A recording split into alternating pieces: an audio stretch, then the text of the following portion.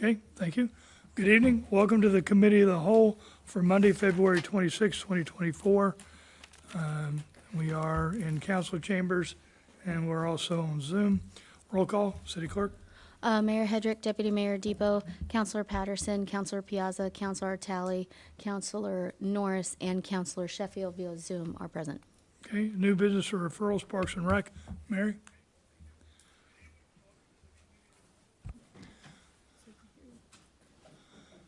Don't forget, yeah.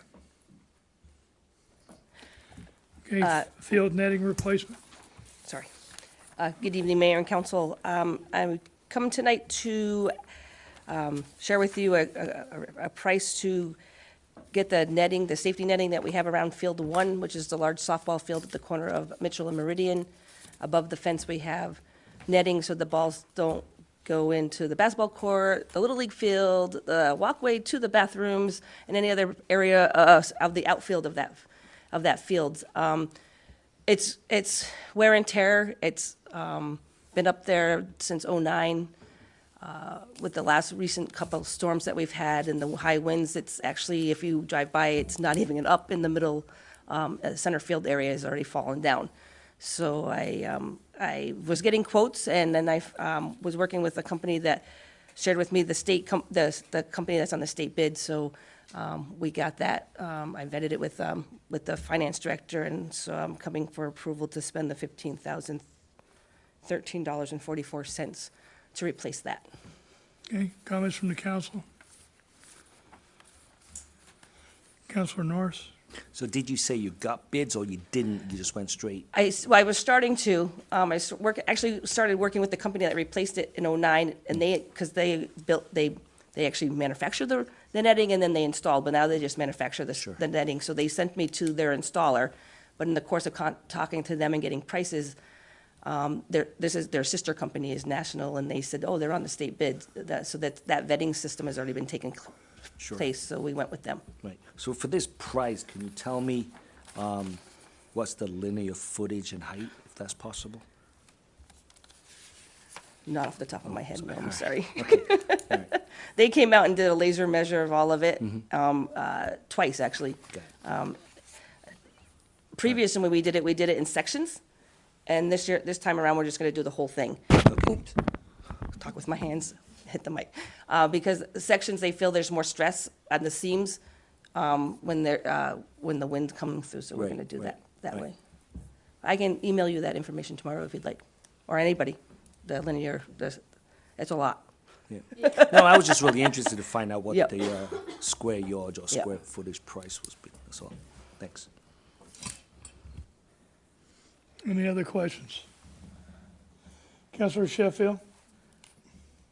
Yes, Mary, was this something that was on your radar for a period of time before finally you needed to put the investment in to replace it? It actually was something I was gonna put in this year.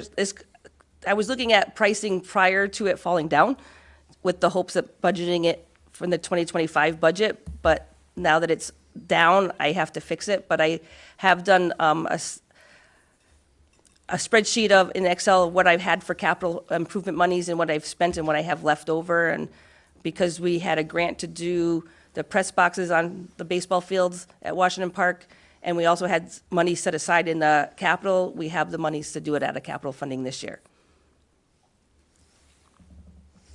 Any other questions or comments? Councilor Piazza? Thank you, Mayor.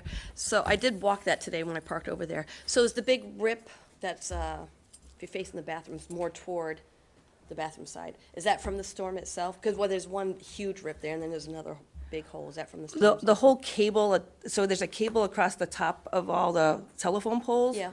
And the center, here I go talking with my hands again. The center the cable fell.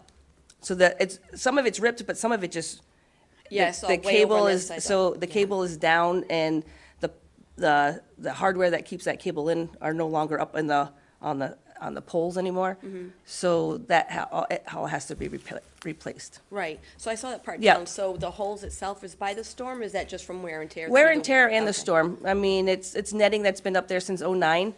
And, it's in the elements, it's in the rain, snow, sleet. It's been we've gotten quite a bit of wind storms in the last couple of years, not just the recent ones, and that pulls that. One of the storms pulled it off the bottom.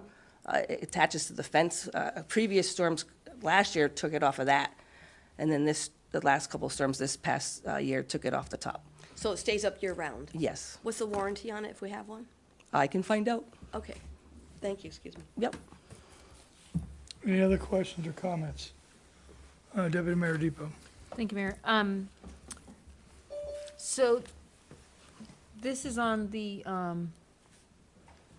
state bid list. So does that mean, so the expiration date of this proposal is February 21st? Oh, I have an updated one, sorry, he gave it to me today. Oh, okay. It goes to March 26th. So, but it's the same price, I would Same assume, price, it 'cause didn't state change. bid Yep. Usually doesn't change. Yep. And then when are we hoping to get it completed? I talked to them this morning. I told them I was bringing this here today, and I'd hopefully have final approval next Monday, and I'd work with them to get us on the schedule. My goal is to have it done by the end of March, because the high school girls in the past have used our field for their high school games. They don't have their first game till early April, so if we get it done by the end of March, we'll be fine. So it won't impact any of the programs Correct. that we normally have? Correct. Perfect. Thank you. You're welcome. Any other questions or comments?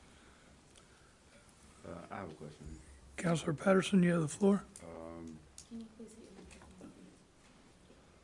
So is there any way to possibly like raise a net and lower it the way that we raise flags? Like if we actually need to use the net? I mean, because I don't know how many people are actually hitting into it, and if it's just out there. Then I don't know the answer to that. You mean like taking it out, taking it down, like, and leaving it on the, like, off the fence, off the poles altogether? Or Yeah, just like, leaving it, kinda like, like- like kinda a like curtain comes down? So like the same way that they removed the fence for sledding for the children when it snows, like if there's no reason to leave a net out in the elements, then if we can like possibly protect it and use it even longer, then if there was an option like that. That I can check. I'm not sure how much work that would take for our guys to do. I mean, a fence is a little easier because it's lack of a better word, solid. It rolls. But that's a lot of netting to have us move up and down.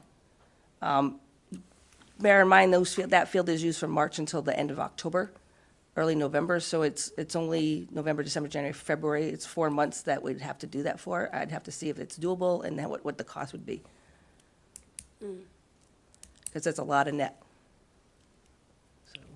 Counselor Norris, you had a comment?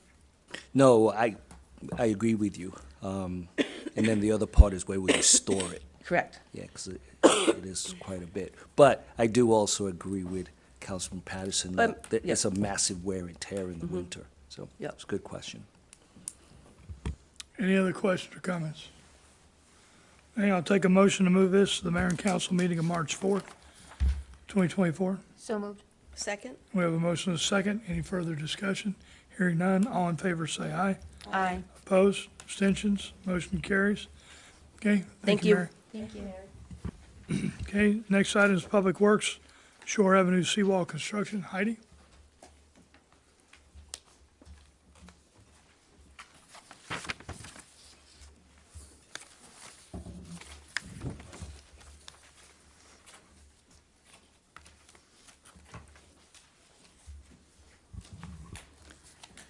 Good evening, Mayor and Council. I am here tonight to discuss with you our selection process for a contractor for the Shore Ave Seawall Reconstruction Project. For some of you who may not know, we have a project that consists of demolition and reconstruction of approximately 350 feet of seawall along Shore Avenue. That portion of wall is just south of the Griswold Point Pier. The project will include new drainage, sidewalks, retaining wall that's going to extend above the sidewalk, and new railings. There will also be some additional drainage that'll be associated with this project. We put the project out for a competitive bid. We received 6 bids. I believe that you have in your packets a comparison that was done on it was actually compared against each of the vendors, as well as what the original engineer's bid was, what the opinion of probable cost. I can never get that out. We did interview the two low bids in an attempt to determine the lowest qualified bidder. I had hoped to have a recommendation for you this evening. However, we do need some additional time to discuss the outcomes of the interviews that were conducted. We do have a meeting scheduled with the mayor tomorrow to go over some of the information that came out of those interviews, and we are hoping to have a recommendation to you within the next day or two. We did discuss with the mayor sort of what next steps would be, so I believe I'll give it to the mayor at this point. Okay, thank you. So we're talking to the two bidders, and we're going to have an additional discussion tomorrow.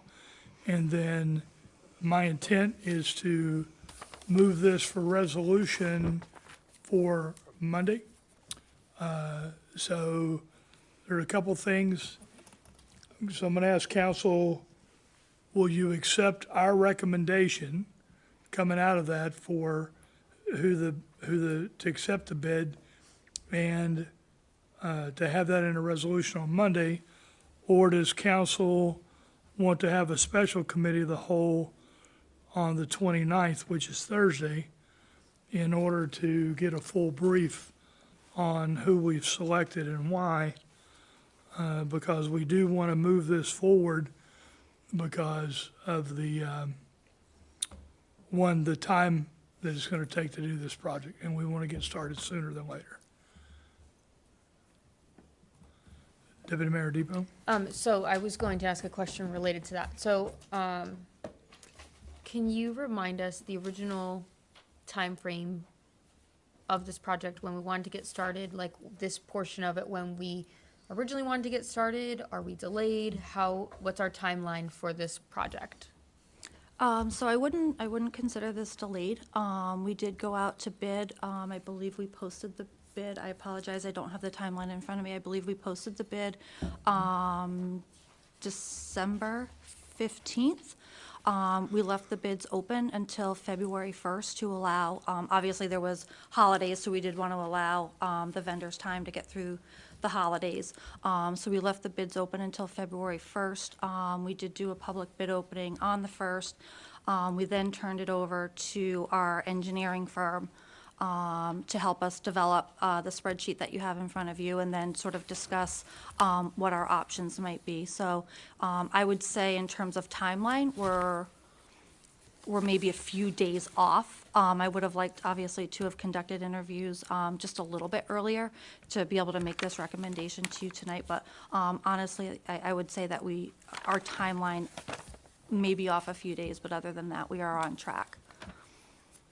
Well, and also, we were looking to start, if we can, probably April, May at the latest.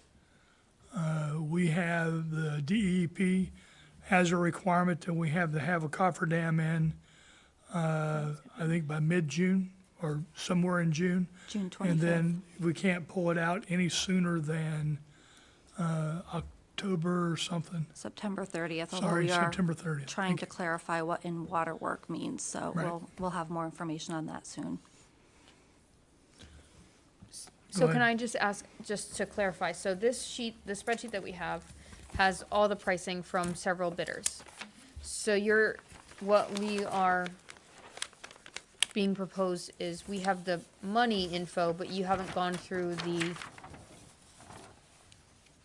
rest, like the bid piece by piece to see which one would work best for us in terms of the specifics of the bid. So that you want to present at a mayor and council for us to vote on without doing a cow in the middle if we would like that.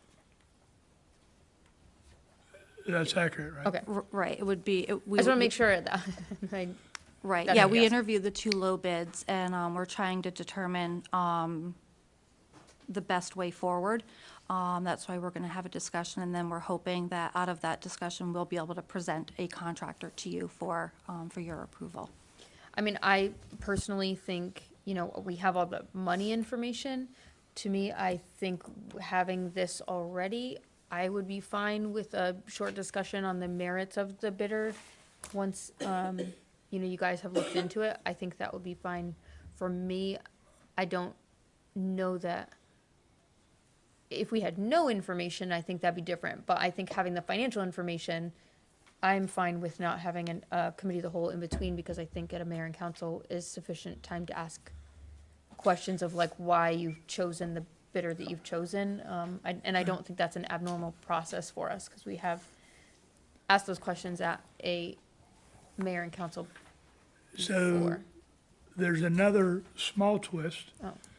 in that the reason we want to try to get as much information out today as we can, or we'll need to do the special cow on Thursday, is because Heidi has vacation that has been scheduled for several months, and she will not be presenting on Monday. Ron and I will be there to answer questions to the best of our ability. Right, and If we Ron, need- right, and I apologize, Mayor. Ron has been involved in the discussions with not only our environmental engineer, so the city hired GZA, Geotechnical Environmental, to be our construction admin group. So they've been with us through this process, and Ron has been involved in those conversations too. So he was also, he also sat in on the interviews, and we've given the mayor a basic brief on where we're at with the two vendors, so. Right, so we should be able to answer any additional questions council may have on Monday, if council's okay. It's up to, I defer to the council. I want to make sure that you're comfortable. I also talked to Town Manager Burt this morning to confirm that there is still ARPA money that has been set aside and authorized, and we have enough money between the grant, the $2.7 million grant, and the ARPA money to cover either one of these two bidders. Perfect. Any other questions? Were you done? No, I'm all set. Like I said, you gave Okay. us a lot of information. I think that we have sufficient information already to not have to have a whole other meeting about it, Okay. in my opinion. All right, thank you, Councilor Norris. Can you please remind me what our original cost estimate was? It was, I believe it was I actually believe it was 2.8 million, Yeah, except I can't read that. It's on that spreadsheet, it's the first column, it has the engineers. Sorry. 109. Okay, so I'm looking at this, and I guess it's 1.8? Okay. So then, since this is public information, this is, what two companies are you furthering your interview with? It is Zanellis Yep. and Arborio. They are the two low bidders. So the reason why I ask is if our so obviously there's a bigger pot that I'm forgetting about. So if we were estimating 2.8 and the lowest bid is 2.8, and then there's a massive jump to 3.4 essentially. And then how do we handle the contingency items? Are those going to be rolled in? Because again, I look at, again, there's a massive difference, so I don't know what the bid specs were, unfortunately. But one is saying 37.9, and the other one is saying 207. That's a gigantic contingency variance there, that so, is correct. How do Hence we why I handle- don't have a name for you today. Right, okay. right. I mean, let me be clear. I was not in on the interviews. I was Yep. briefed after the interviews, but there was interviews that were conducted today. One of the things that we're looking at is, we're looking at price, but we're also looking at whole package. So technically capable and price. And I don't want one to override the other. They need, you know, we need to be thinking about price, but we also need to think about technical capability. Can I go at a high level on something real, you don't know what something is. So their approaches were a little bit different. Right. And based on the approaches, that's what, the approaches and the time to accomplish are the two things that are driving the cost difference. Is that close? Okay. So if I may, and I apologize, so if I'm assuming we have more than 2.8 on hand to get the project done? So, I got $2.7 million from the state. Yep. And then I talked to Town Manager Burt today to confirm that there was $1.4 million that was what word are we gonna use? I'm gonna say authorized, but I asked him if it's gotta go back to council. So it will have to go back to town council. They've already previously authorized it out of ARPA funds. And so there's no reason to suspect that they're not going to approve the additional, whatever the additional funds are, up to that 1.4 million, but we're not gonna use all that. Okay, So we have enough, there's enough capital to cover the project. thank you. Yes, sir. Anything else? Okay, Counselor Sheffield? Thank you. Heidi, what about, I read Zanellis's proposal last night. I didn't recognize any subcontractors. I guess they didn't list any. Is that a concern? Because you'd like to see who else is working on the project, and they didn't appear to have a list prepared of other subcontractors that are gonna work on the project. So you're correct, and actually, several of the bidders didn't provide that or listed it somewhere else within their bid package. But throughout our interviews, we did have that discussion. We actually got a very detailed list of who each vendor will be bringing on board as their sub. Anything else? Counselor Sheffield, anything else? Okay. No, that's all. Any other questions or comments, Counselor Piazza? Mayor, so, so I just want to kind of summarize it. So there's already been interviews, but we're going to have discussions tomorrow. So, like, what's the snafu here on deciding? There's, what? Is there a snafu? There's no, On picking one or the other? Am I misunderstanding that? well, restate your question. There's not a problem with, so we had interviews today. There's some questions that came out of the interviews that the interview panel needs to, because we didn't finish till almost 4. Actually, it's after 4. So the interview panel needs to get back together again in the morning, or tomorrow rather. And they have some questions and we need a phone call that we need to make. And then we should be able to make a decision tomorrow. Tomorrow's Tuesday, tomorrow or Wednesday at the latest.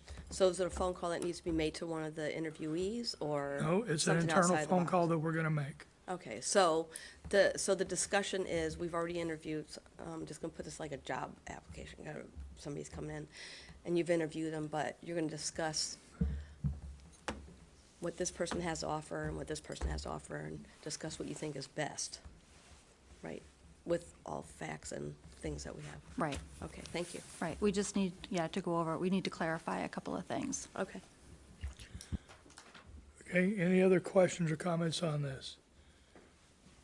Okay, so I'm gonna put it to council for a consensus. Do you prefer to move it to mayor and council of March 4th, or do you want to have a special cow on the 29th? Counselor North, I was just going to start with you. Are you, Either one is fine. okay? Counselor Talley? I'm okay with March 4th. Okay. Deputy Mayor Depot, as you said, March 4th. Counselor Piazza? I like to have a special count. Okay. And Counselor Patterson? March 4th works for me. Okay. Counselor Sheffield, March 4th, or a special cow? Cal, if Zanellis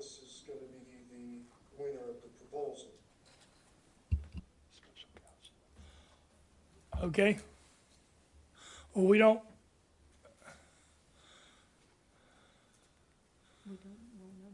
we're not gonna know that until tomorrow. So did you keep numbers on that, where we are? 4-2? Okay, so it's 4-2 to move it to the mayor and council meeting. So therefore, I'll take a motion to move this to the mayor and council meeting of March 4th, So moved. 2022. Okay, we have a motion and a second. All in favor, say aye. Aye. Opposed? Abstentions? One abstention, two abstentions. So we have, Abstention. are you opposed or did you abstain? I'll go opposed. Okay, so Sheffield opposed, Counselor Piazza abstain. Oh, you're opposed? Okay. So we have 2 opposed, 1, 2, we have 4 affirmatives. The affirmatives pass. We have to have 4 positive, we have to have 4 affirmative votes to move anything out of council, out of committee of the whole or out of council. So we have those 4. Okay, thank you, and we'll be talking tomorrow. Okay, Groton Utilities.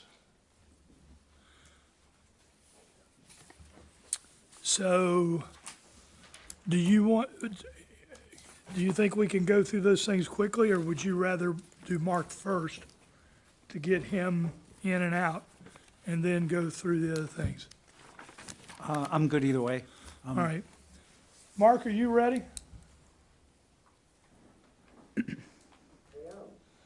Okay, then, say again?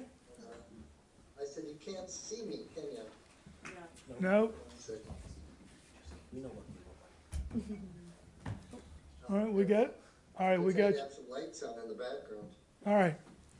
So we're gonna go with electric rates. Let me cue this up real quick. We have had, public hearings for Basra electric rates and for Groton electric rates.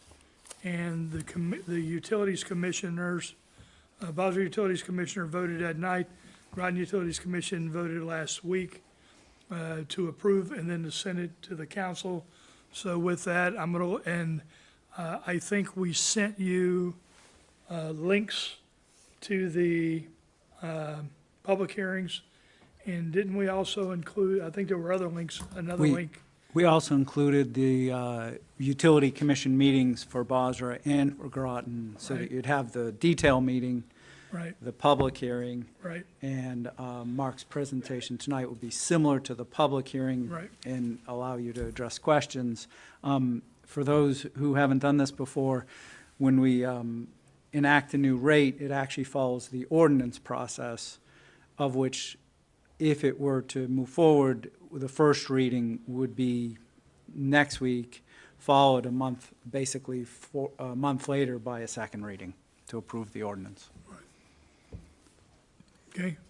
All right, with that, Mark, go ahead and conduct your presentation, then I'll open the floor to questions from the council. Perfect. I'm gonna start, because we're looking at 2 different rate adjustments, one for the city of Groton and the other one for Basra Utilities. And at first, I want to just tell you a little bit about myself. We've done work with the city of Groton for several years now. And when we do a study, one of the major parts of it is to do a long-term financial projection. When I say long-term, typically 5 years. When we actually try to seek rate adjustments, we try to get approved rates for 3 years. And part of the reason why we do 3 years in rate designs but 5 years in projections is what we've noticed historically. We've been around for 22 years, and the first 3 years of our projections are usually pretty close. But when you get into years 4 and 5, there's so many variables that come into play that we feel it's necessary to update the financial projection prior to designing rates for years 4 and 5. So what I'm gonna do is just go through the financial projections. As a part of that, we look at certain key financial targets. and I'll review those with the committee. And then also the rate designs that we have presented, and the rate impacts, especially for residential as a result of those. What you're seeing here is the financial projection over the next 5 years without rate adjustments. And Groton Utilities is a very financially stable utility. And one of the things when we do these projections, what we're trying to accomplish is to keep the utility financially stable and from a ratepayer's perspective, to prevent large rate adjustments that can occur in the future without constant financial planning and small periodic adjustments when it's recognized that future adjustments are going to be needed. And one of the key things we look at is the debt coverage ratio.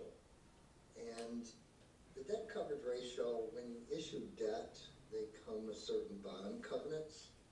And if you fall below those established parameters, or technical default on the debt.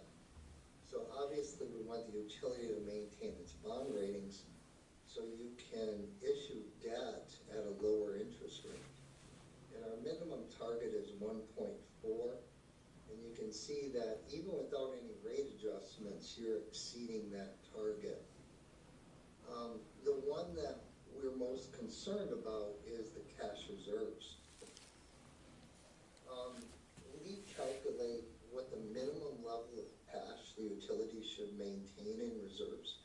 And it's done by looking at what's called working capital needs, which is a lag time between when you pay a bill and get money from customers.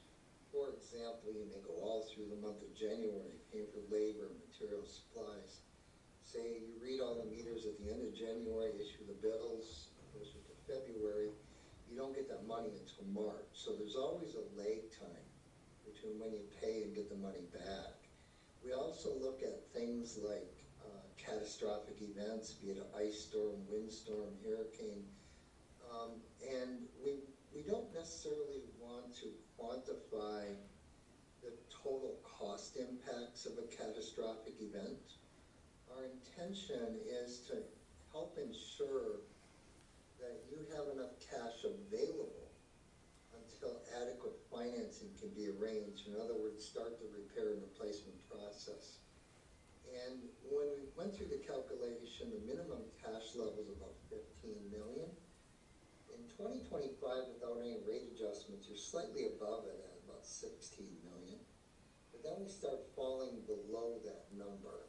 So you can see that by 2029, we're substantially below it. And so that's what's driving our recommendations. Now, what we're looking at is a series of 1.3% adjustments. And what we're seeking is approval for the first 3 years of the adjustments. Now, initially when we ran our projections, it came out at about 2.3% annually, but you've had some positive things occur. You spent $18 million on a transmission line, and you think, okay, we spent $18 million and we have the corresponding debt service associated, that's going to drive rates higher. But in your situation, it actually drives rates lower. And the reason is because by making that investment in the transmission system, it actually lowered your transmission costs that you get charged by CMEC or the area's ISO. And you save about $400,000 a year above the debt service payments because of making that investment. And when we looked at the present value, in other words, what the long-term value is of that transmission asset, above what you paid, it's about $5.7 million. So that helped to keep these rates a little bit lower. So what you're going to see is Groton's rate track is less than Bosworth's, and that's the primary driver. So we're looking at 1.3% adjustments to try to keep the cash reserves above that minimum level. Now, you still see that in years 4 and 5, we're falling slightly below it. But as I mentioned, there's so many variables that come into play when you do these longer term projections. And Groton's been real good about keeping up on these projections every 3 years. That we'll get another chance, or somebody will get a chance to look again at whether or not those adjustments are still needed in 28, 29, need to be lowered or need to be increased. Now, we also did a cost of service study to look at how costs should change between each class. And one of the things we try to do is to move the classes closer to the actual cost of providing service, but there's always limitations. Those limitations are the rate impacts on customers. In other words, if the cost of service study says one rate class should go up 20% and another one down 10%, we certainly don't want to do that because it's going to cause customer issues. So we try to move customer classes closer to the cost of service over time. So what you see, because the residential class was relatively close to cost of service, you can see that they're going to get the average increase of 1.3%. Then you have lighting, which is primarily paid by the city. Small general service, the cost of service study identified the need for higher than average increases for your general service classes, with the exception of your large general service. So you see they got less than an average increase. So that's how we use the cost of service study in conjunction with the financial projection when we actually design rates. Now the rate impacts on like residential ratepayers, what we did with the rate design, there's a couple things that I want to explain because it can be a little confusing without an explanation. The first thing is the customer charge. We increased the customer charge by $1 each year for the next 3 years. And we also took the energy cost adjustment, the PCA, and over the last 2 years, the markets have been really expensive in the cost of fuel and the price to purchase energy. So the power cost adjustment right now in the CMAQ projection that we use at the start of our analysis said that the power cost adjustment was going to be about 3.2 cents. So what we did is, when you have a power cost adjustment that gets too high, it causes issues where some customer classes are paying more than they should for power costs and others less. And so what we did is we took 1.5 cents out of the power cost adjustment and rolled it into the energy rate. So the energy rate went from 11.9 to 3.5, but the power cost adjustment dropped by that 1.5 cents. So overall, the customers will see about a 1.5% adjustment. What that means from a dollar impact standpoint is about on the average customer, which uses about 700 kilowatt hours a month, they're going to see about $1.70 a month increase based on our projections. Now, with that said, I do want to say that that may be offset. They're going to see this increase for the first 2 months once it's approved. But in July, the power cost adjustment will be reset. And CMAQ has, their projections are even below what we have projected. So most of this increase will most likely be offset by power cost adjustment decreases. I just wanted to point that out. So before I move on to Basra, I want to see if there's any questions on what we had done for the Groton rate adjustments. Okay, questions from the council on Groton rates? Deputy Mayor Depot? I was just wanted to make sure, was 2021 the last time that we did this cost of service study? I believe it was 2021. I just want to make sure, because I have that one pulled up. I just want to make sure there wasn't one in between. That is the last one we did, right? Yeah. Right.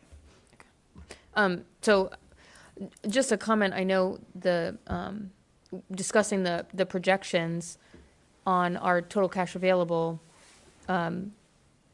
just because I have them both up side by side, it does show, our cash available cost projection was about $1 million higher for 2025 than it is now. So to me, I think obviously it's smart to do a rate adjustment to make sure that we don't, fall below that. So just looking at the trending from the last service study, I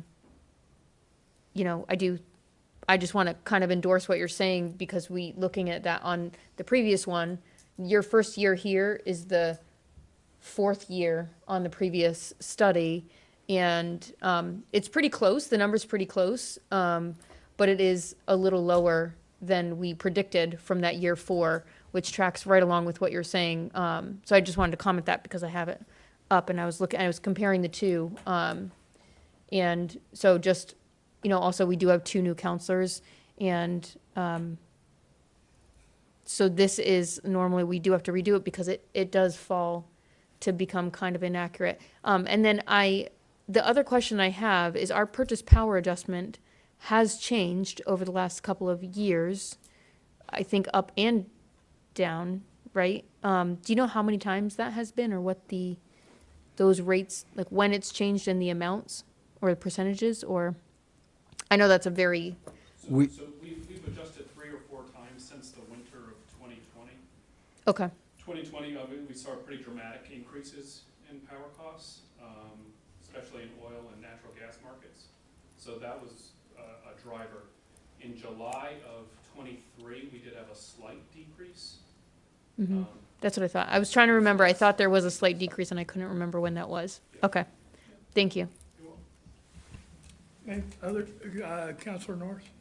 Please remind me, did we do some type of increase this time last year?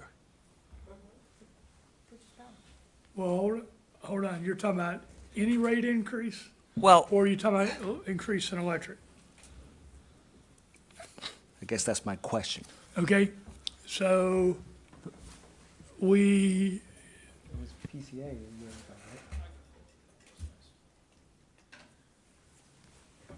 I believe the last time we did go up on the PCA, and we actually were talking around here, and Aaron was presenting. Right. That's probably what you're remembering. Right. Because I guess I'm trying to tell myself a story. How does that affect or roll into these numbers, or doesn't it at all? It definitely does. So what Mark just showed you was he's rolling 1.5 cents from the power cost adjustment into the base rate to lower the power cost adjustment. And then what he discussed, and he's just showing it up there, is that this slight rate increase will go into effect if it's approved May 1st, right? April, May 1st. And then maybe simultaneously or the next month, the PCA, we're going to make a recommendation that it go down. So, and it is going to go down by more than what this increase is going up.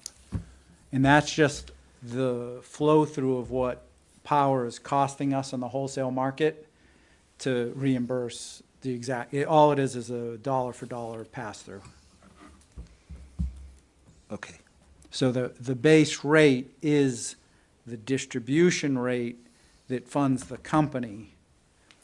The power costs, which are represented by adjustments in the power cost adjustment, are purely a flow through the company to the consumer.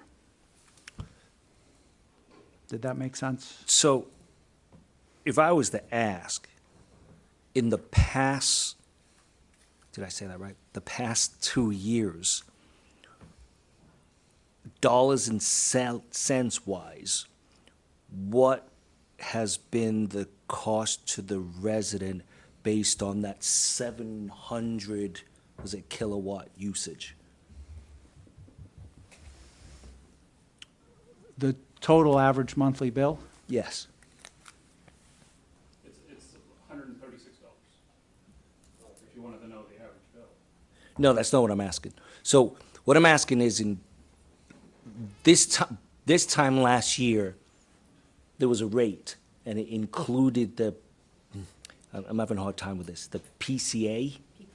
Right, so that went up, which is, it's passed on to the customer. That's the way. So I'm trying to say to myself, what rate was I paying in, let's say, January of 2023? And what would I be paying this coming July 1? So what is the total amount? Because my rate's not going down. So from January, which was the highest PPA that we had over the last 2 years, to July, when we went down slightly, we went down 78 cents on the average bill. Okay. Got it. Thank you. That's, yeah. Yeah, well done. That's why he brought the machine.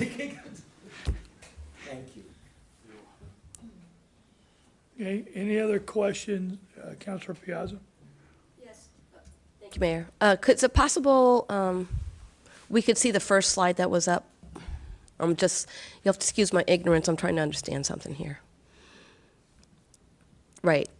Yes, please. Thank you.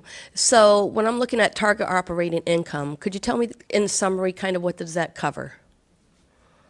Perfect. Thank you so much for asking that question. When you go to determine revenue requirements for utility, it's not an exact science. So what we do is we establish minimum thresholds. And those minimum thresholds is, one, we need to maintain a coverage ratio so we don't violate our bond covenants. That's this target right here, or minimum level. The second one, we don't want our cash balances to fall below our minimums. Now, the cash reserves can be adjusted, so to speak, by either rate adjustments or debt issuances. And obviously, have rate adjustments that's going to affect your coverage, so it's kind of a balance. But those become our minimums. The target operating income is our upper boundary, because what we're trying to do is to do two things. One is to keep the utility financially stable, and two, we do not want to overcharge our ratepayers. The target operating income identifies, in a sense, the upper boundary that we try not to exceed. Sometimes we have to, but we try not to exceed it. What that target operating income represents is when you put an asset in service, like $1 million asset, every year that you spend $1 million, and every year theoretically with rates, you recover that through depreciation expense. But at the end of the 20-year period, by just recovering depreciation expense, you've recovered $1 million. But when you go to replace it, it's going to cost more than $1 million, because every year the replacement cost of that asset increases. So the target operating income, in a sense, becomes the ideal target, but we use it as an upper boundary. Does that make sense? Yes, so in summary, could I say the target operating income is basically what we need to run Groton Utilities? And all those within it? To fully fund replacement cost of existing infrastructure, we would ideally hit that target operating income. But there's other avenues available with respect to debt and balancing it in other ways. So we use that more to ensure we don't overcharge ratepayers.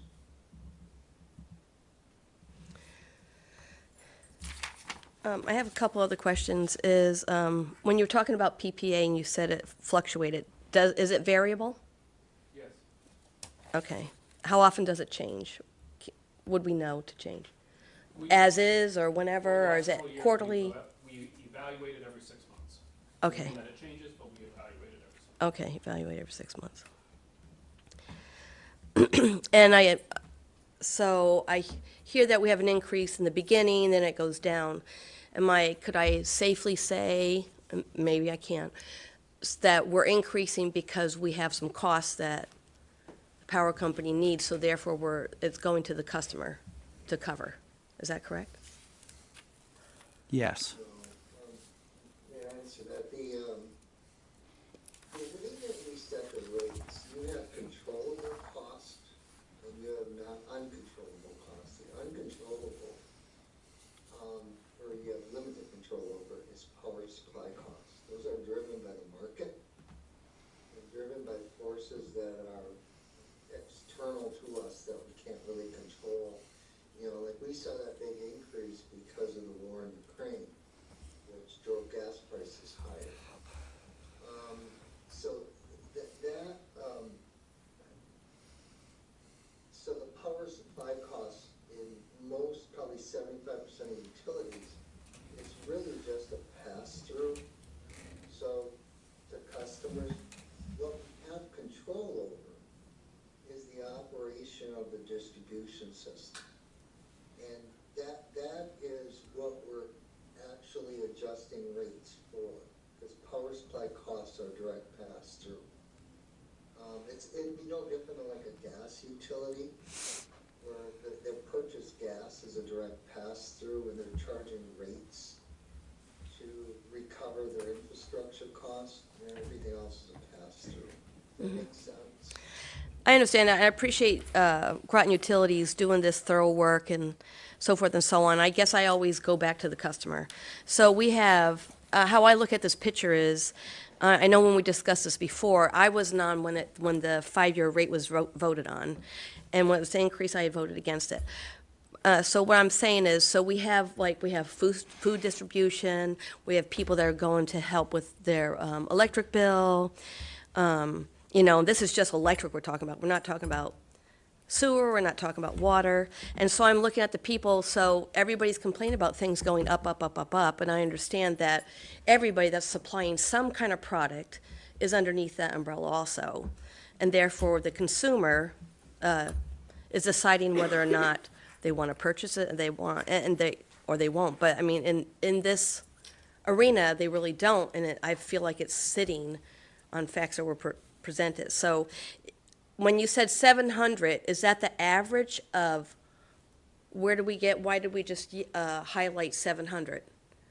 Why was that used, 1.62? Because I know when it was used before, mine was higher, and it was brought out there was only going to be 1 pizza a year, and mine was more than 3 pizzas a year, and that's significant to me. So if that's significant to me, I can't even imagine somebody who's on Social Security, needs food distribution, needs to get help with their electric, and so forth and so on. So it was a big deal for me. So why are we picking 700 to highlight? Is that the average in Groton City? That's the average, that's correct. That's the average for GU. Our customers use more or less, yeah. So that's the average in Groton City that the resident uses. That's an average. Correct. Okay. So when I take that 1.62 and you do that by 12, we're getting 1944 a year. That doesn't sound like much to one person, but it's a huge amount to others. So that's what I struggle with. We have a lot of people struggling out there, and I don't know the answer to it. And I understand that there's businesses out there, and we're hearing this all the time. Food is going up in prices. Everything's going up in prices. When we are voting on things that are presented to us, you know, everything, materials going up, labor's going up, and so forth and so on. So it's hard to hear as a resident. It's hard to hear from me as a council member for our citizens in Groton City. I appreciate GU. I think they do a wonderful job, but it's when it comes down to those who are struggling, if you're in the arena of those who struggle, I don't know, I have a little difficulty with it. Yeah. I just don't know if there's other ways that it cannot be passed on to them or somehow, some way. Thank you. Obviously, what you're asking is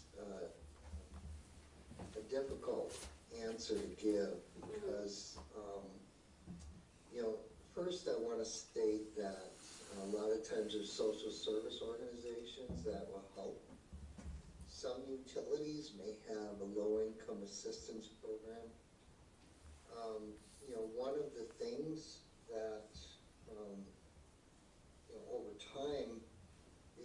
industry is moving toward what's called time-based rates. And what time-based rates allow customers to do is give them some control over their electric bills by varying when they use energy. But we might be a little ways away from that yet, at least a few years. But that way customers can purchase energy efficient appliances to help reduce their energy costs during the peak hours. They could shift their usage. Of course, that can be inconvenient for some, but some, they may be willing to be a little bit inconvenienced. But those are the programs that the utility industry is moving toward. It's hard to just, because with low income, what happens is when you look at low income, a typical low income customer uses slightly less electricity than the average residential. But the problem is you have some low income that uses less and some low income that uses substantially more. And that's because they live in older homes that aren't energy efficient. They maybe have more than one family in their home. They might be home more. So you have this wide variation in low income that makes it difficult to structure rates from a social standpoint, because you're going to help some low income at the same time adversely impact others, especially in electricity. It's a little different in water and wastewater, but I know I gave you kind of a complicated answer to it, because it is a very complicated question. And I appreciate your answer to that. I do appreciate that. And of course, that would have to be a big study to say who is using more and so forth. And, we're going to look more at older homes. We could, you could get into the impact of children who have medical issues, who need more air conditioning or who need more heat or so forth and so on. I look at children factors also. There's a lot of factors to factor into it. And what I was going to say is, I appreciate all that, but when you had said about energy assistance, so I, at one time, many years ago, fell into that where I needed help. But I was like, rock bottom, almost $0. So I easily was able to get some monies. But I've been in the arena with people who apply and they're $13 over. And then, so what do they do for the next month or two? I've given them information, they apply all over, then, I'm sure a lot of people are aware of it, but when you actually are there with the struggle yourself and speak with other people who are doing their best and running around as best as they can, but also working 2 or 3 jobs just to make it, it hits a different string, I guess. Thank you. It's a difficult thing because you have this balance between having a reliable infrastructure, which is needed to sustain life, in a sense, and being able, making the investments to ensure that when people put the light switch on, it works, versus the impacts on certain users. A lot of utilities will focus energy efficiency programs at low income to help them reduce their bills, but it's through assistance. And it's this balance that you're always trying to create. Thank you. Okay. Deputy Mayor Depot. Thank you, Mayor. To Councilor Piazza's point, I just want to, I think I do this every time we have a cost increase, but I know our customer service manager, Tina Daniels, does a great job of keeping a list of assistance available. So if anyone does need assistance, there are lots of options and variable qualification measures too. So it's not just one qualification for all of that assistance. There are multiple agencies, some governmental, some not, that provide assistance. So, just a reminder that if you need temporary assistance for only a few months, or if your bill is always too expensive, please feel free to contact our customer service department, because they have data and information that they can give you to help. I did want to ask Director Gaudet, what is our average wage increase this year for employees in the utility? Or range, like what is the pay increase basis that we do for employees? Because I think, a lot of, like he said, it's a balance. But to me, also, one of the things that I look at is making sure that our staff is paid well. I think that's important also to balance, and that's part of the cost of service is paying our staff. So just in terms of, usually is it like 1% to 3%, or, like what is our range of every year that we look at to increase? Because I think we said inflation is 3% expected to be, or 4%. I think the cost of service study had 4% on the first year, maybe the second year, then 3% after. Traditionally, in the budget process, we've put 3% on salaries. After the union negotiations this year, they're probably in the higher, they're different depending on union and whatnot. I would say that on average, it's probably in the high single-digit percentage wise. Yeah. So, I'm sorry. Leading to that is, well, I'll let you finish. Go ahead and finish, Thank you. and then I'll answer if you do not address something. well, I just wanted to say, so I know that this year we had to increase wages for some of our employees because we had an issue competing with other companies. And again, I think it's important to also, in my opinion, this rate increase is minor considering the wage increase that we've had to put on the utility. So when I look at those percentages and those numbers, to me, it looks like somewhere you're doing a good job of cost savings, because we did have to increase our wages a lot this year compared to prior years because of not being comparable to other utility companies, which we need to stay competitive in terms of wages to keep our employees. So I actually was going to comment about that our wage increases have been larger than previous years. So I think looking at all the data on this study, it looks like we're doing a good job of either finding that money, shifting it around, or sustaining that cost, because I actually was surprised that the suggested increase was so low, based on the knowledge of how much we've had to increase costs of operating. So I just wanted to comment on that. I really want to thank you for that comment. We did factor, actually the cost of service study finished, and the cost of service study is based on actual expenditures from prior years.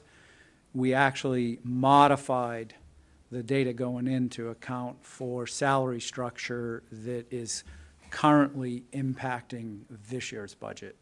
So we modified this cost of service study to account for those salary adjustments, which were highly irregular compared to the past. So one of the things is that during contract negotiations and before, we had identified some migration to other companies, and we needed to look at our salaries compared to other companies. Now, an MEU, a municipal electric utility, is not going to be able to compete against an Eversource or a UI or anything like that with salaries, but we should be very close to other MEUs. And we found that we weren't, so there were increases in all the contracts. And as a result of increases in the collective bargaining agreements, we're also going to see some increases in non-union salaries as well. And you're going to see that in the utilities, and you're also going to see that in the municipality when we bring forth budgets.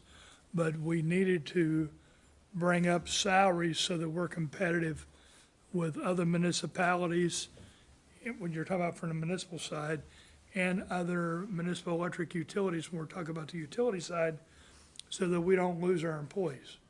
And so that's one of the things that drives that. Did that also address? Okay. Councilor Norris? I would like to echo what Deputy Mayor said, you guys do a good job in mitigating rising costs. And I think sometimes it may be helpful to understand how well you're doing when we talk about other electric companies that are going up 12, 18%. So congratulations on that. But where did Mark go? Because I got a question about minimum or recommended cash on hand. So you're holding that 14 million.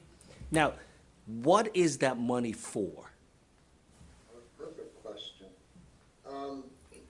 This number is calculated by, there's at least five steps that we use to determine that number. One is we look at the working capital leg that I described earlier, and we look at your O&M expenses and what is affected by that leg.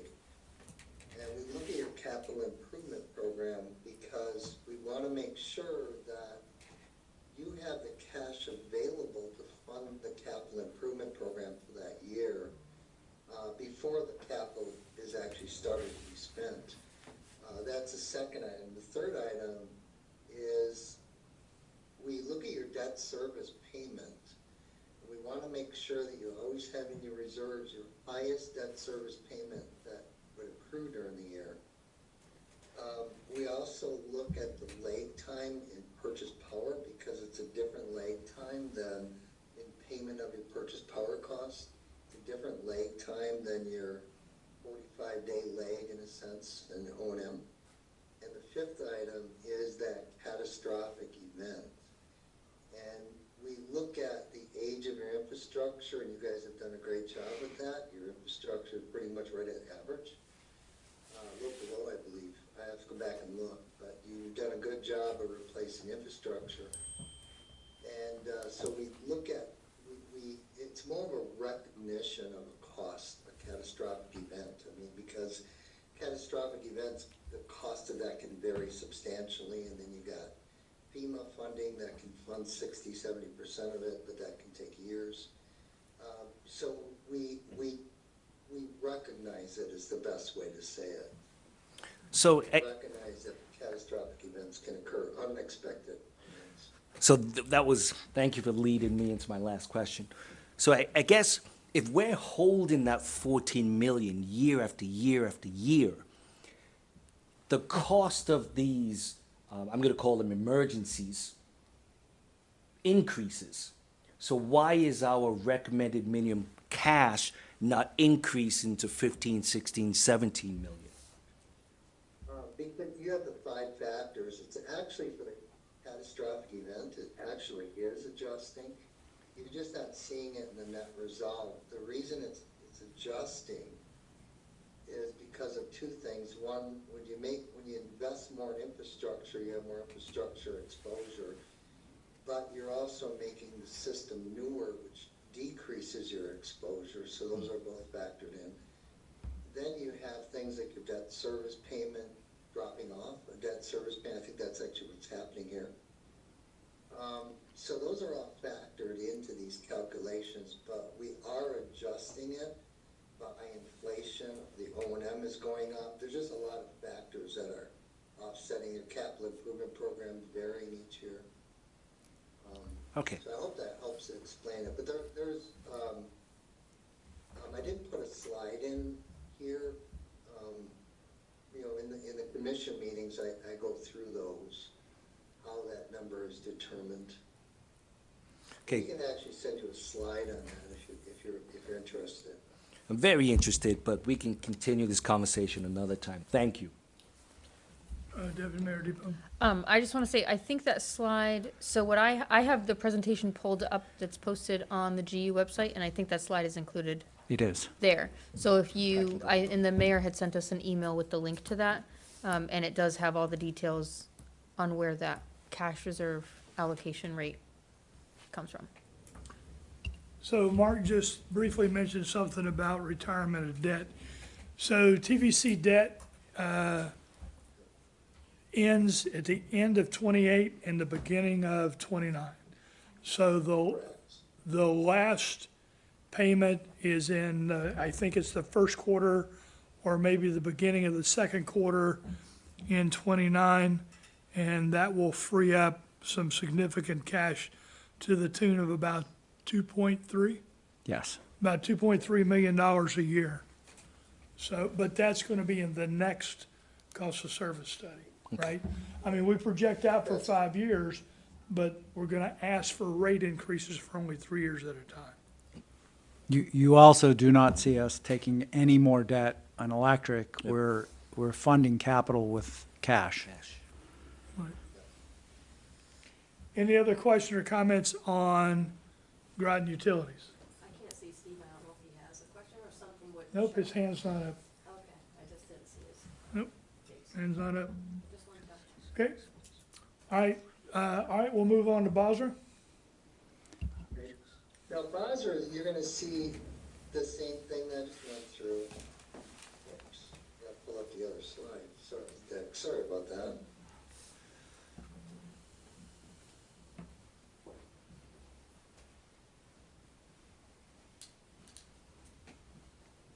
So we did the same thing with Basra as we did with Groton, financial projection, cost of service, and the rate design.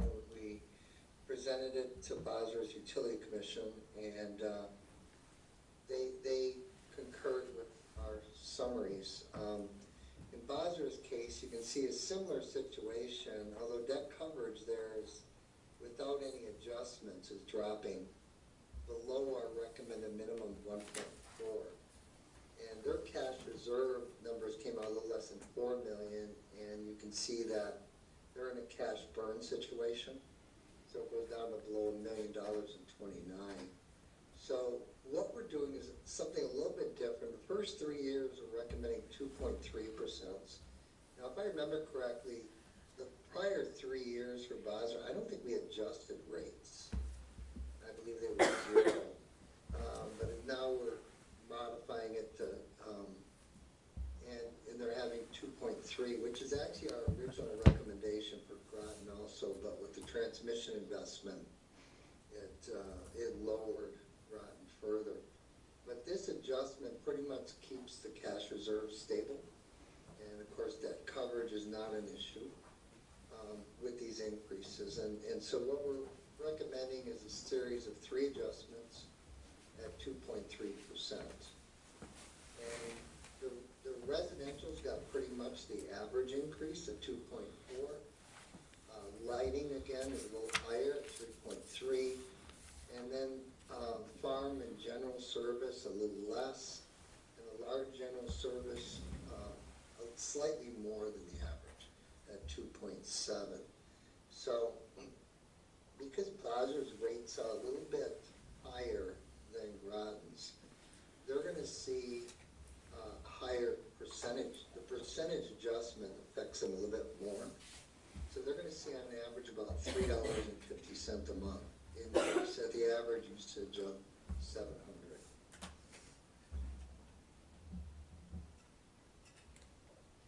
So I know I went through Basra pretty quickly. Is there any questions or anything you want me to go back on? Question on Basra rates? Okay, well, I think a lot of the generalities we answered with the questions on the Groton utility rates, so. Councilor Piazza? Thank you, Mayor. So we're saying underneath Basra, the average is also 700? Yep. Okay, so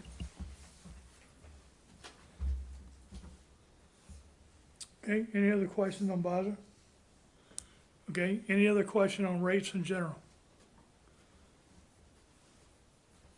Okay, I'll take a motion to move the, where am I, let's go with Groton Utilities. The Groton Utilities, rate resolution to the mayor and council meeting of March 4th, 2024. So moved. Second. We have a motion and a second. Are there any additional comments? Hearing none, all in favor say aye. Aye. Opposed, abstention, motion carries. And I'll take a motion to move the Basra Utilities rates to the mayor and council meeting on March 4th, 2024. So moved. Second. We have a motion and a second. Are there any additional comments?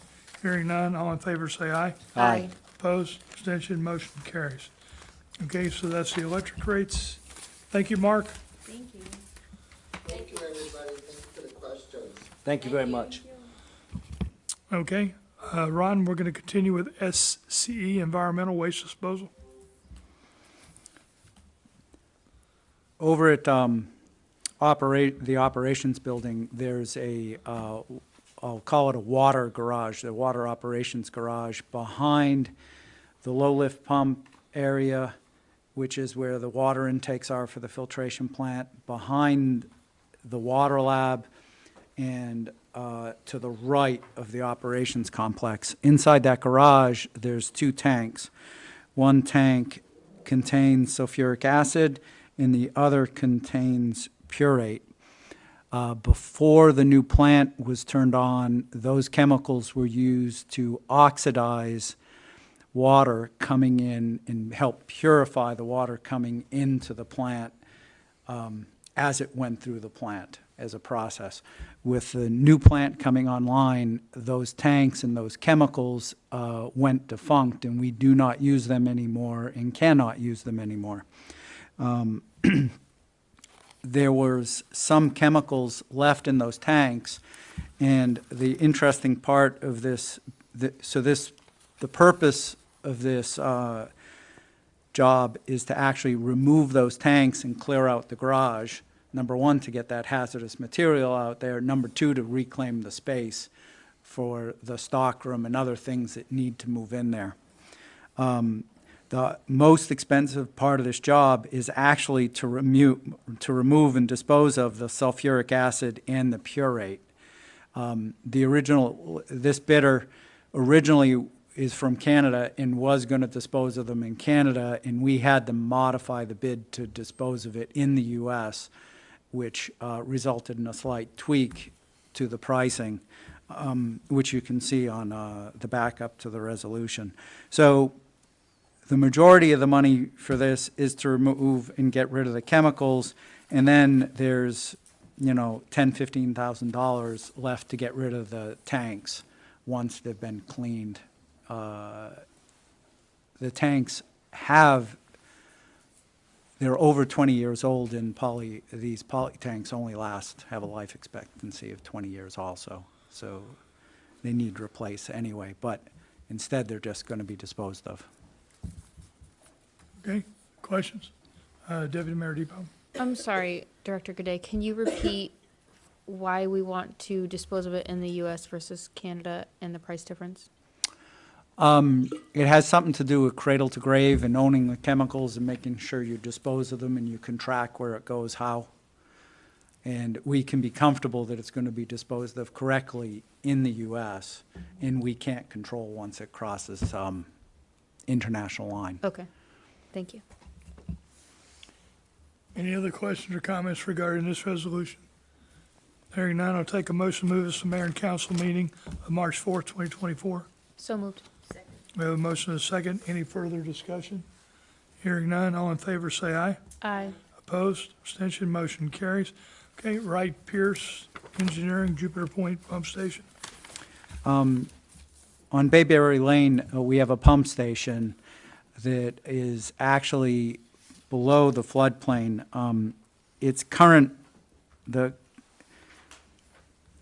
The goal of this project is to create a shovel-ready project to prep that pump station for the future in the increase in floodplain of the ocean during that time for the next 50 years.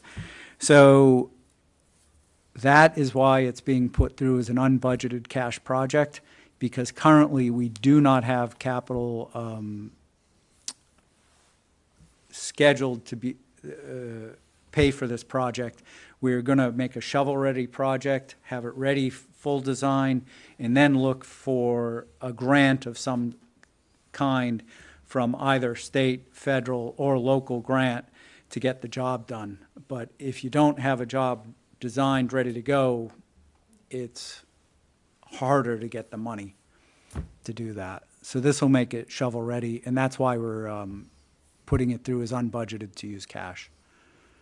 And this is one of the projects that I briefed Senator Blumenthal on when he was up here to look at resiliency, Shore Ave, and Jupiter Point. So, Deputy Mayor Depot. So, about the grants, so do we have grants in mind that fit this project specifically already? Like, so do we know which ones we're gonna be able to pursue, or have we not dug that far yet? There's multiple politicians that have been contacted, like the mayor mentioned. But until you have a shovel ready, you can't put it on the docket to even put in for money. In regards to wastewater, there is money available at times for sea level rise.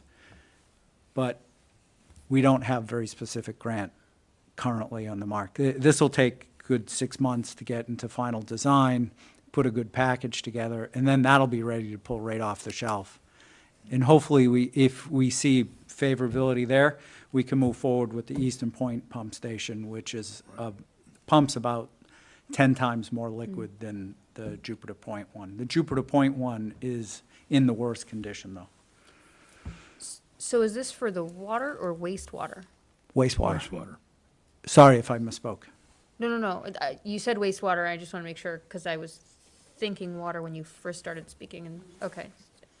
So when you go down to Jupiter Point where the kayak is and the kayak boat launch and the boat launch in general, you'll see a large building over there with a sandstone colored brick and a raised base, if you will. That's the pump station. Right.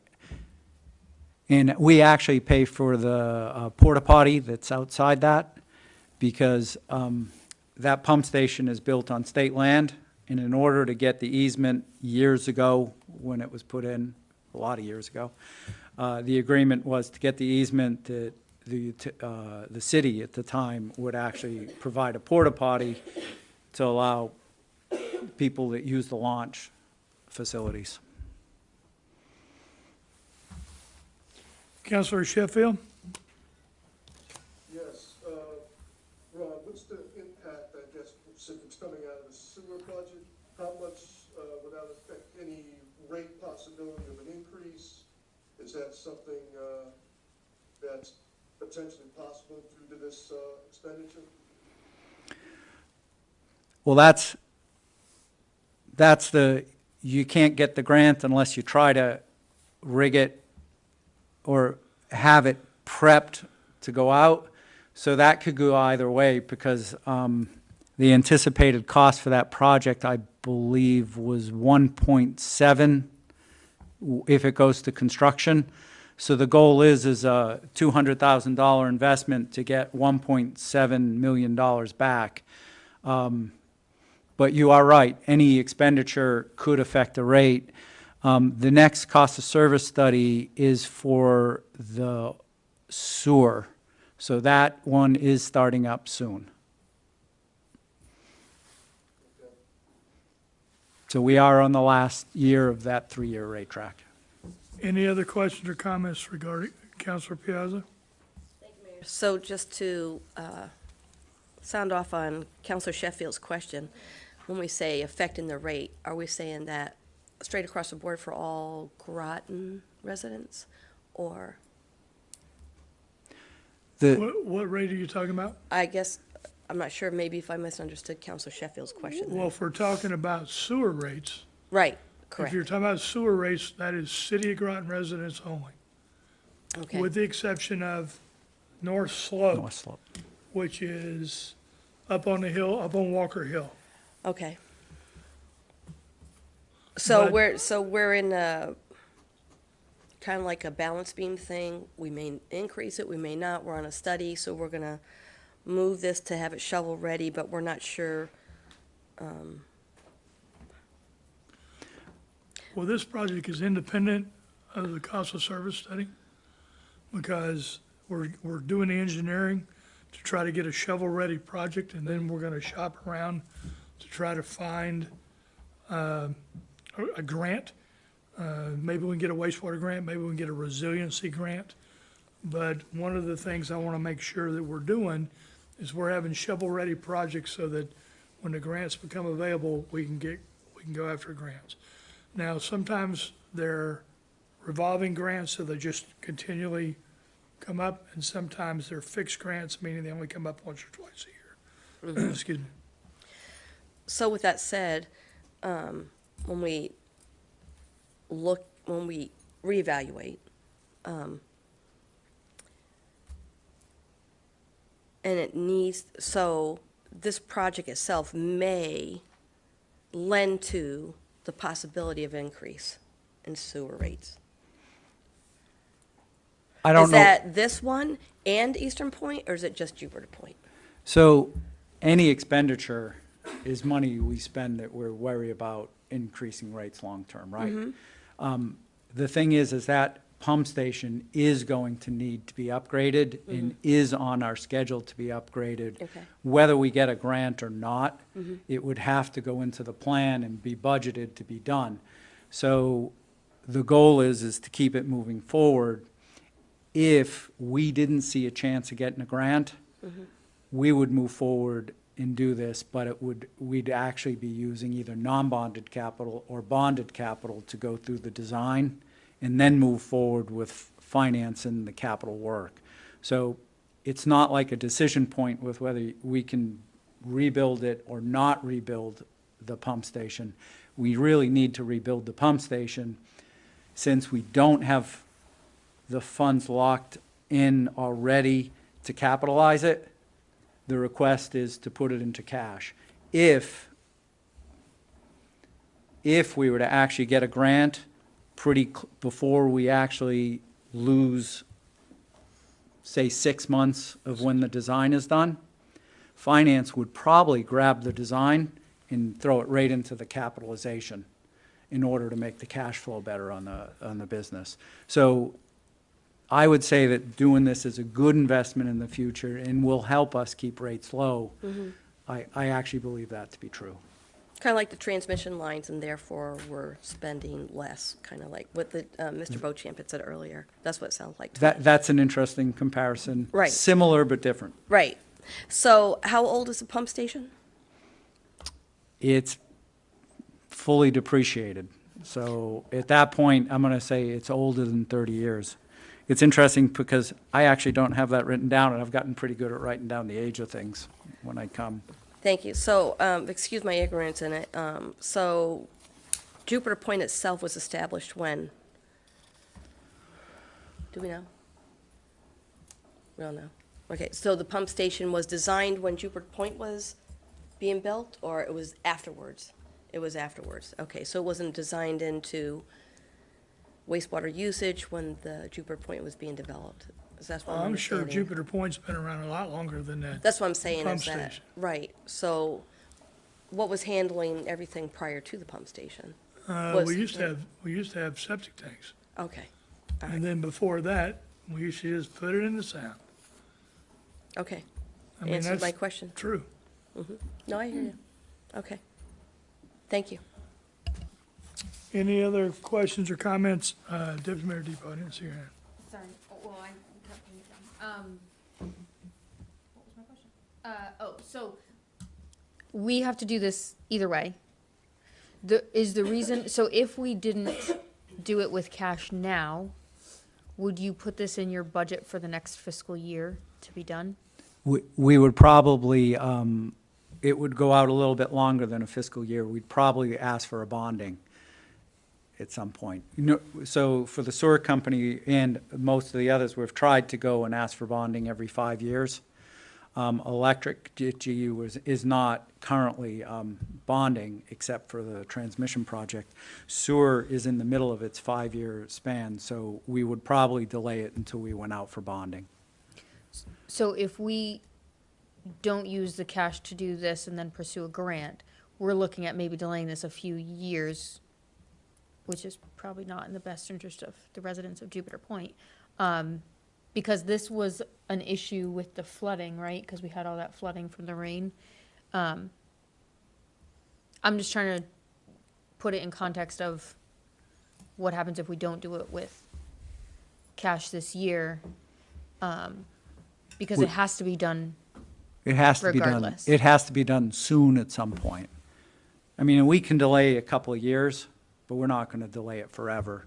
And then on the horizon, we want to put Eastern Point on there And then there's additional work eventually we'd like to do at the wastewater plant itself. So it's all sit in the balance and the priorities. Well, I think, I mean, we've been talking about resiliency for a long time, and I do think there is a big push with state and federal Yep. lawmakers. So from my perspective, I think it makes sense to do it as soon as possible to get that momentum, Yep. to capture that momentum, because it does appear to have some momentum right now. So I think this is a smart idea to get done now So- and not wait.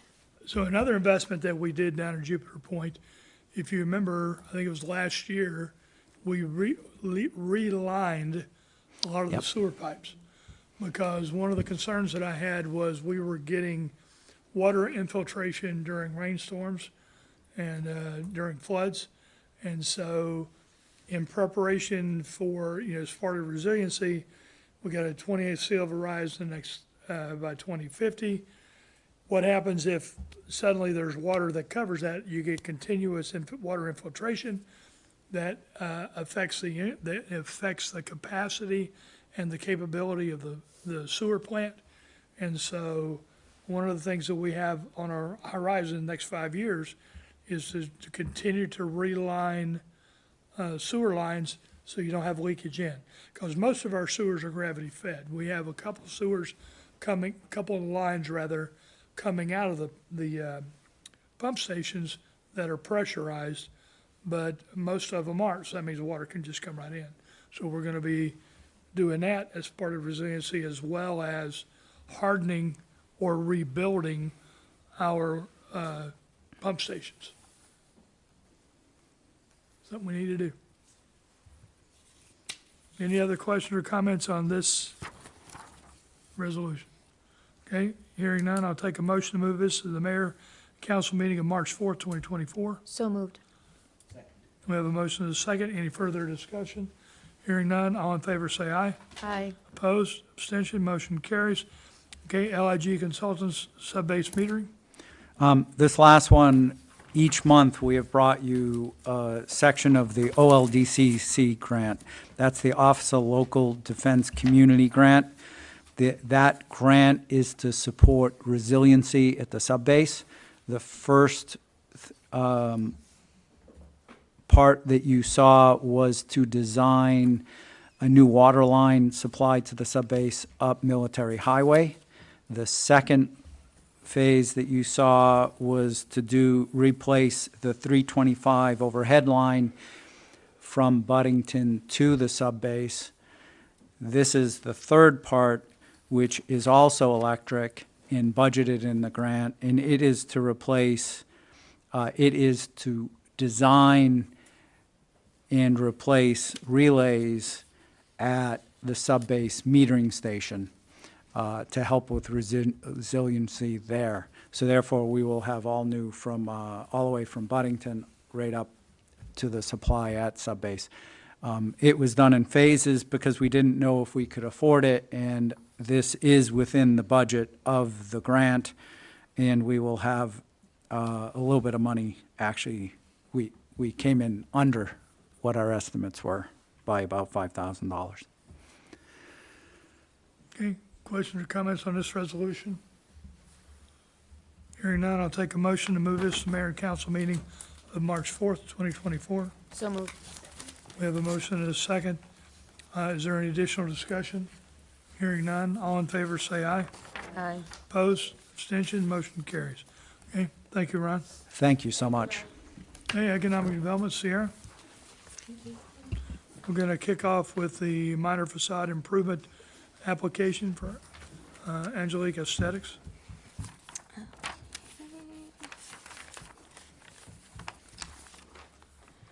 Okay, good evening, everyone. Just so you can know, I do have Nishant Sohu on the line. He is the chairman of the EDC, also who may chime in on this application. So Angelina Aesthetics is a new business. She's located on Thames Street. She basically is kind of like a beauty shop. There is hair, but she also specializes in skincare and provides body waxing there. So she installed a new sign. on the outside of her business, and I sent you guys before and after pictures of what that is. So she's requesting a reimbursement for $372.23 under our minor facade improvement program. We went through the entire process. She meets all of the submission requirements, and the EDC voted on this with a 6-0 decision last week to present this to you guys today. So Okay. that is. Lashant, would you like to add anything from the chair's perspective of EDC? Sure, thank you, Mayor. I think I just want to add in that this fully embodies the spirit of the program. This is a small sign. It is nowhere near the limit that Angelique could have applied for, and we're actually hoping she comes back to apply for her full $2,500 that she can in a fiscal year. I think, again, the whole idea here is that it's livening up and modernizing Main Street. The sign does just that, so I think it's a small amount. She had to go through quite a process.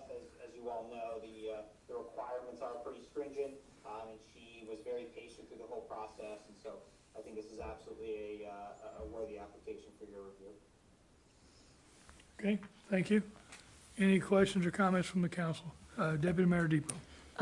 In looking at your minutes from the meeting, the economic development meeting, there was a question about whether or not it's appropriate to reimburse sales tax. Did we get a decision on that? It looks like maybe we needed to do some research. We do need to do some research, and our commission is in the process of reviewing a couple of potential changes to the policy for this program, so that we are doing research and will present all of that to you guys once we kind of go through that process. But historically, we have reimbursed the cost of the whole cost of the Of the improvement project. if that's what they apply for. Correct. I just wanted to add that I did we did the walk through the city of businesses, of relatively new businesses, and I got to meet this business owner, and she was lovely, and I'm really glad that she did put a new sign, that she applied for reimbursement, because it's easy to go past it and not see it, because of, just the location, and so I think it looks really nice, the new sign, and, I think as the Chair of Economic Development said, this embodies the purpose of this program, which is to help small businesses to increase their visibility, improve the look of their location, and kind of like a rising tide lifts all boats kind of thing.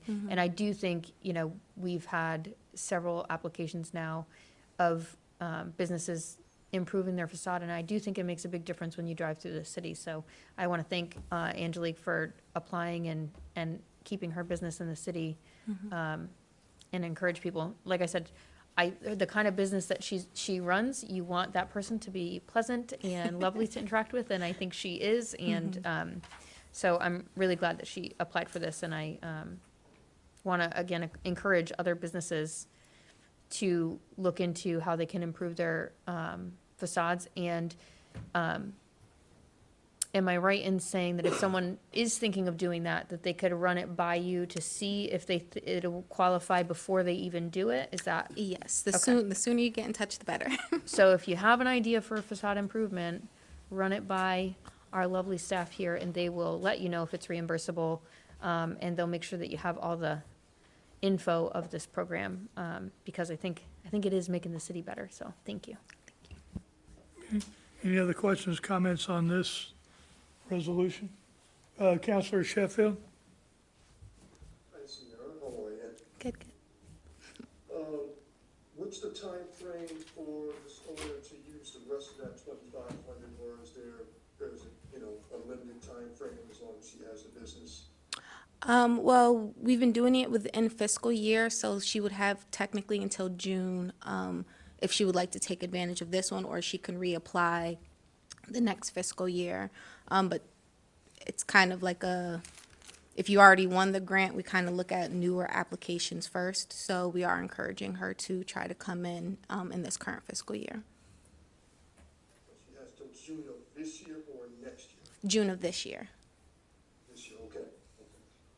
Hopefully someone gives her a heads up to remind her, so Yeah. just in case, you've run the business and it kind of slips through your mind, so hopefully, she gets an opportunity before the expiration date, so.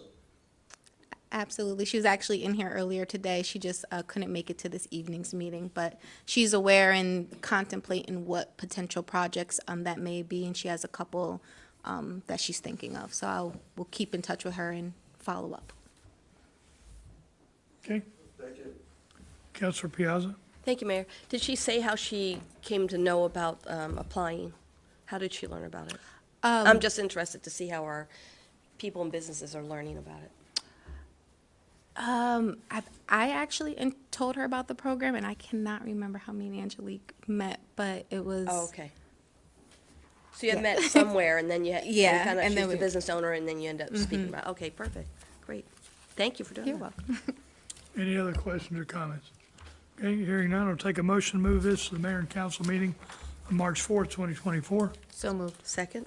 We have a motion and a second. Any further discussion? Hearing none, all in favor say aye. Aye. Opposed? Abstention? Motion carries. Okay, strategic communication update. Yes, so this is informing. As you guys may be aware, we went through this extensive branding process where we have a City of Groton internal brand. We also have our new marketing brand, Groton City History in the Making, and we did do some updates to the Groton Utilities brand. So this kind of just provides an overview of what those brands are. It also gives you more of the logistics of how these logo variations all kind of come together for both City of Groton, Groton City History in the Making, as well as Groton Utilities. And then because we now have two different brands, our professional municipal brand, but also this marketing brand, we thought it was wise for us to give an explanation of why we have that. So the document, marketing brand, kind of fully explain, goes into more detail of why we created these brands, trying to help us address the confusion between the city and town. Also, having a brand that gave us more notoriety from a marketing perspective in our media and on the Department of Transportation on the highway, they refer to the City of Groton as Groton City, so we wanted to utilize that name and capitalize on it as well. The biggest difference is if we need to inform, we want to use the municipal brand, but if we are trying to persuade, we want to use the marketing brand. So we are still kind of going through how this is rolling out and educating our departments on this process, but we wanted to also provide you with the document so you guys can kind of see how it's coming along. We gave examples from planning and economic development of how we may use these brands, as well as how Parks and Rec may use them. And so within our communications team for the City of Groton, this is things that we are starting to work through. Okay, I'm sorry, please go ahead. No, no. And then lastly, I did just want to let everybody know, in 2023, our Groton City History in the Making did win 3 awards. At the Connecticut Arts Director Club, Excellence for Integrated Brand Program, Silver for the trademark logo and identity, and then also Excellence for the logo system and brand guideline that we developed for this. Okay, questions or comments for Sierra? Deputy Mayor, did you, okay. Councilor Piazza? Thank you, Mayor. On the awards, is it something that you had to apply for, or is it just automatic recognition? How did that go? So the awards, we didn't apply for it. Our consultant is part of an initiative, and I guess as they go through and present their findings, it was something that was acknowledged and reckoned in that media branding industry. Oh, nice, nice. Thank you. You're welcome. Okay, any other questions or comments on this? Okay, that's it. Thank you, Sierra. Thank you. Okay, we're gonna move to the last item, which is council rules and regulations.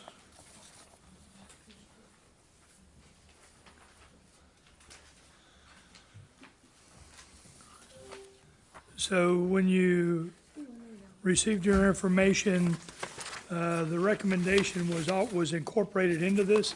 I've asked the clerk to break it out so you can see rules. So the only change, or amendment, if you will, was for Rule 7.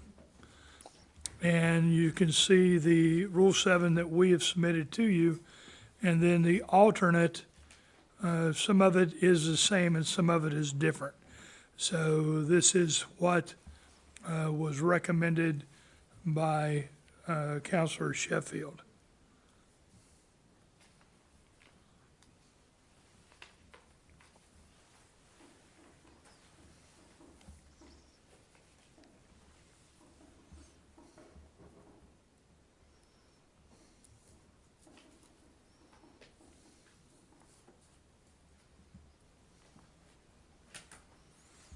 Okay, I'll open the floor. Deputy Mayor Depot.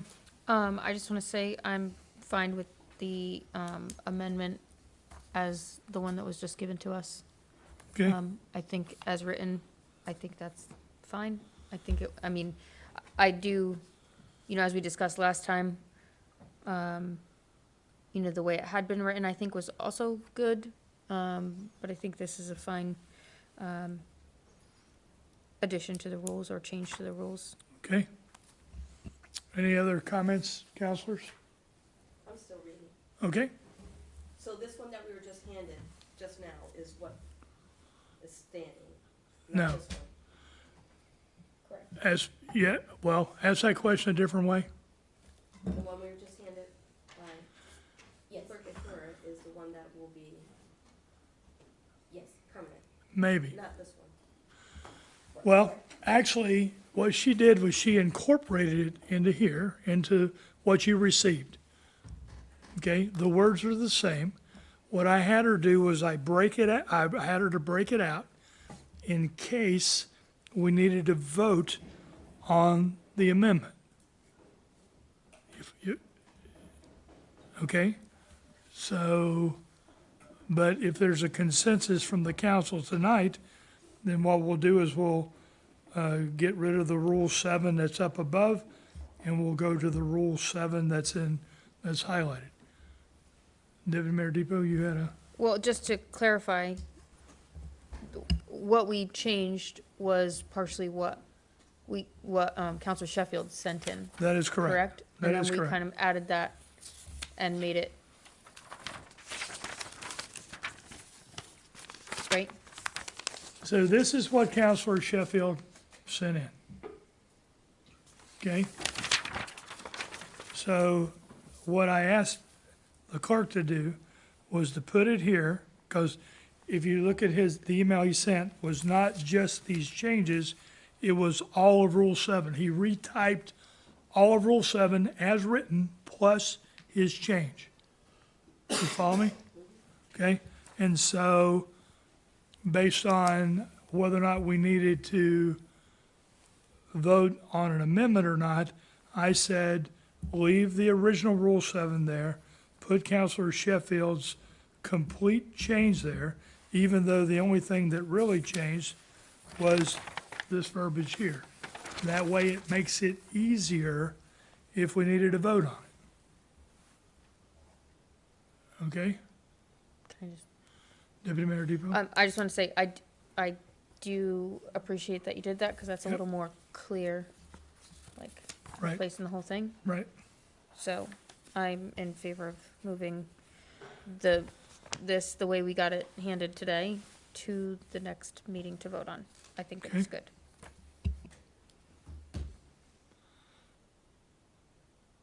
So if council's okay with the Rule 7 alternate, then that's what you will see next time, and you will not see the language that is up above except for the title. Counselor Piazza. Mayor, I guess I understand what you're saying, but I do have a question. So I'm trying to match this.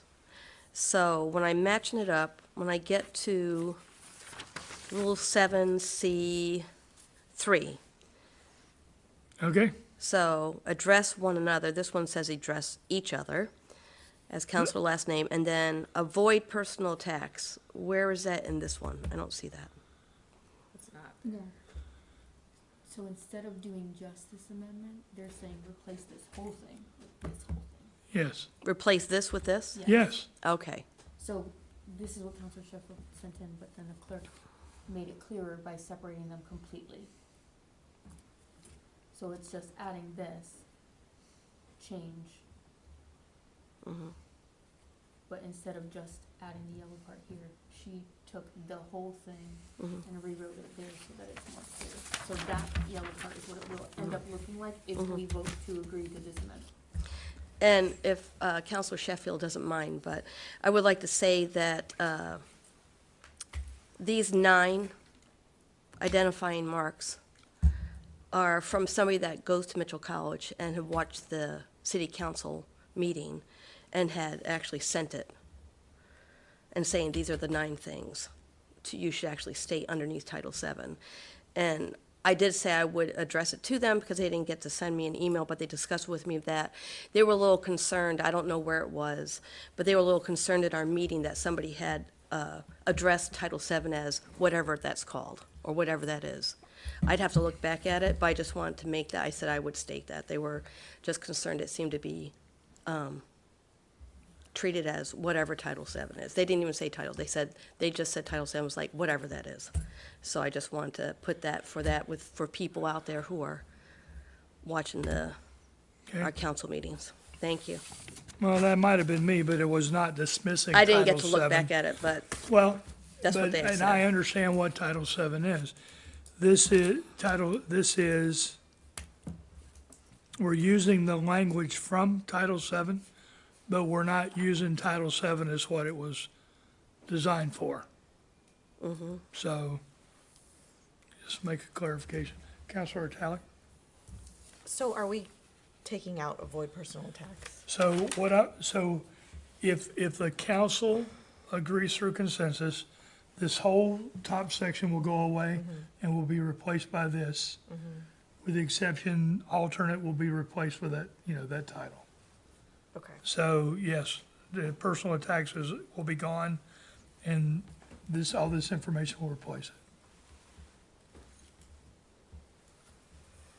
Counselor Piazza? And I just want to correct myself. It's, they said it was social identity, because they had watched that we were speaking of different social identities and they sent me, these are the 9. If you're going to include them, these are the 9.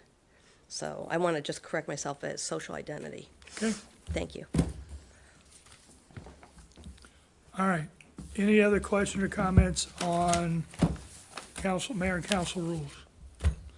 All right, so can I get a consensus to accept the rules that are in yellow, and then when you get them, that'll replace the section that's up above? Counselor Patterson? Are you okay with that? Yeah. Counselor Piazza? Yes, I'm also, thank you. Okay, and Deputy Mayor Yes. said Counselor Artali? Counselor Norris? Counselor Sheffield, you're okay with your? Okay, Yes, thank you. all right. So, we will talk about what to do, but I know you know what to do, so that's not a problem. So, with that, I'll take a motion to move the council rules and regulations to the mayor and council meeting of March 4th, 2024. So moved. Second? Okay, we have a motion and a second. Is there any additional discussion? Hearing none, all in favor say aye. Aye. Opposed? Abstention? Motion carries. And I will take a motion to adjourn. Make a motion to adjourn? Second?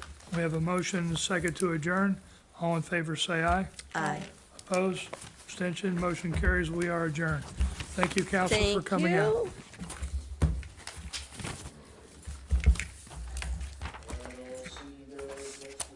Bye, Steve. Have a good night. Hope you're relaxed and well rested. Hope you had a good time. Yeah. And happy birthday again.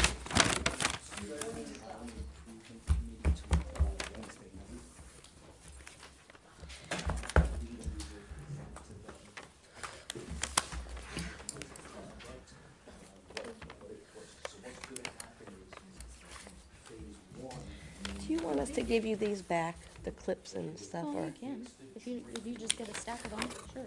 Oh, a stack And of I'm them? sorry, I misunderstood. We got it all. Thank you.